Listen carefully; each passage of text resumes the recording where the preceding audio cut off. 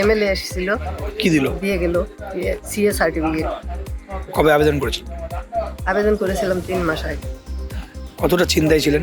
অনেক চিন্তায় ছিলাম, সেটা প্রকাশ করা ভয় লাগছিল? হ্যাঁ, খুবই ভয় পাচ্ছিলাম যে হয়তো পাবো না, কি হবে। আজকে পেলাম, খুব খুশি হলাম। কাকে? মোদিজিকে ধন্যবাদ। 3 মাস আগে আবেদন করেছিলাম। যেরকম লাগছে ভাষায় প্রকাশ করতে পারবো না, খুবই ভালো লাগেছে।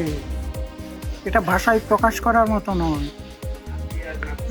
ভয় তো একটু পাচ্ছিলাম, কিন্তু এখন আর ভয় নেই, কারণ অমিত শাহ এবং মোদিজি যে কথা দিয়েছে সে কথা রেখেছে।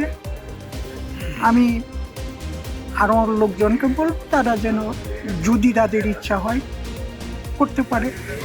3 মাস আগে। কে দিয়ে গেল আজকে? আজকে দিয়ে গেল গাজলের বিধানসভার বিধায়ক। আপনার হাতে দিয়ে গেল? হ্যাঁ, আমার হাতে দিয়ে গেল। আমি অত্যন্ত আনন্দ এবং গর্বের সঙ্গে জানাচ্ছি যে ভারতবর্ষের সরকার যে সিএএ, যে সিটিজেনশিপ অ্যামেন্ডমেন্ট অ্যাক্ট আর তারা চালু করেছেন, তারই বহু উদ্বাস্তু শরণার্থী এই গাজল বিধানসভার অন্তর্গত রয়েছেন, যাদের 2002 সালের ভোটার তালিকায় অনেকের নাম ছিল, অনেকের নেই।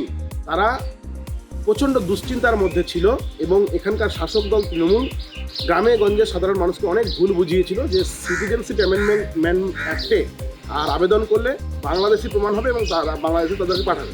সেই রকমই একজন দম্পতি আপনারা দেখতে পাচ্ছেন আমার পাশে আর দাঁড়িয়ে রয়েছেন, আমার কাকু মনীন্দ্র কুমার সিংহ মহাশয় এবং আমাদের আরতি সিংহ মহাশয়।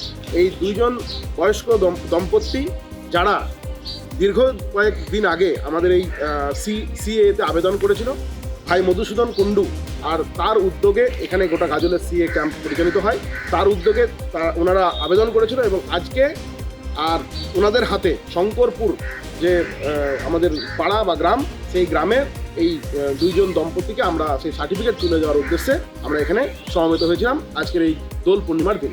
কিন্তু এই যে বয়স্ক দুজন মানুষ, তারা এই বর্তমান রাজনৈতিক পরিস্থিতি এবং এই রাজ্য সরকারের যে বিভ্রান্তি, তার ফলে তারা প্রচণ্ড দুশ্চিন্তার মধ্যে ছিল। এবং আমি অত্যন্ত গর্বিত যে আমি ভারতীয় জনতা পার্টির একজন সৈনিক এবং ভারতবর্ষের সরকার যে আইনটা করেছে সিএএ, মানে যাদেরকে নিয়ে কোনোদিন কোনো সরকার ভাবেনি, কেন্দ্র সরকার ভাবেনি, সেই আজকে ভারতবর্ষের ভারতীয় জনতা পার্টি, ভারত সরকার, মোদীজির সরকার সিএ অ্যাক্ট চালু করেছে এবং আজকে ওনাদের হাতে এই শংসাপত্র তুলে দেওয়ার পরে ওনারা আজ থেকে গর্বের সহিত আর ভারতের নাগরিক হলেন এবং এই মুহূর্তটা আমাদের কাছে অত্যন্ত আনন্দের এবং গর্বের। এরপরে যে সমস্ত শরণার্থী ভাইরা আর তৃণমূলের বিভ্রান্তিতে তারা আবেদন করছেন না, আমি মনে করবো তারা প্রত্যেকে আবেদন করবে এবং এই সিএ এর মাধ্যম দিয়ে তারা ভারতবর্ষের নাগরিকত্ব লাভ করবে। যে আমার এখানে 2,61,000 টোটাল ভোটার। আমি যদি এসসি ভাই বা সিং ভাই মতো ভাই দেখতে যাই, এরকম কয়েক হাজার সিএর আন্ডারে পড়বে এবং আমাদের ভাইরা অ্যাপ্লিকেশনও করেছে, সে দুজন কেন। তো আবারও বলছি, সামনে 2026 সালের বিধানসভা নির্বাচন। এই বিধানসভা নির্বাচনে উনি জানেন যে ওনার পায়ের তলার মাটির শক্ত নেই। আমরা বিধানসভা নির্বাচনে ভালো ফল করব, এখান থেকে আমরা বিধায়ক পদটা পাবোই পাবো এবং দিদির হাতে আমরা উপহার দেব। আর চতুর্থবারের জন্য দিদিও আমাদের মুখ্যমন্ত্রী হবেন, এটুকু নিশ্চিত। এখন সময়ের অপেক্ষা, উনি ওনার অভিনয় করবেন আর আমরা কর্মে আমাদের করে যাবো, কাজ করবো।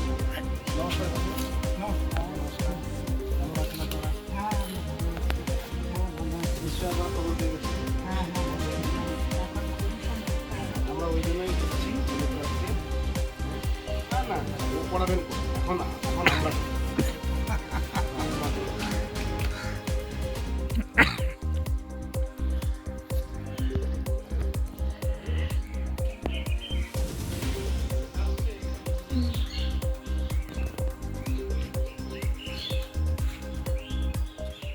আমাদের ভিডিও ভালো লাগলে লাইক এবং শেয়ার করুন। কমেন্ট সেকশনে গিয়ে জানান আপনাদের মতামত। আরও ভিডিও পেতে আমাদের চ্যানেল সাবস্ক্রাইব করুন এবং প্রতি মুহূর্তে খবরের আপডেট পেতে প্রেস করুন বেল আইকন।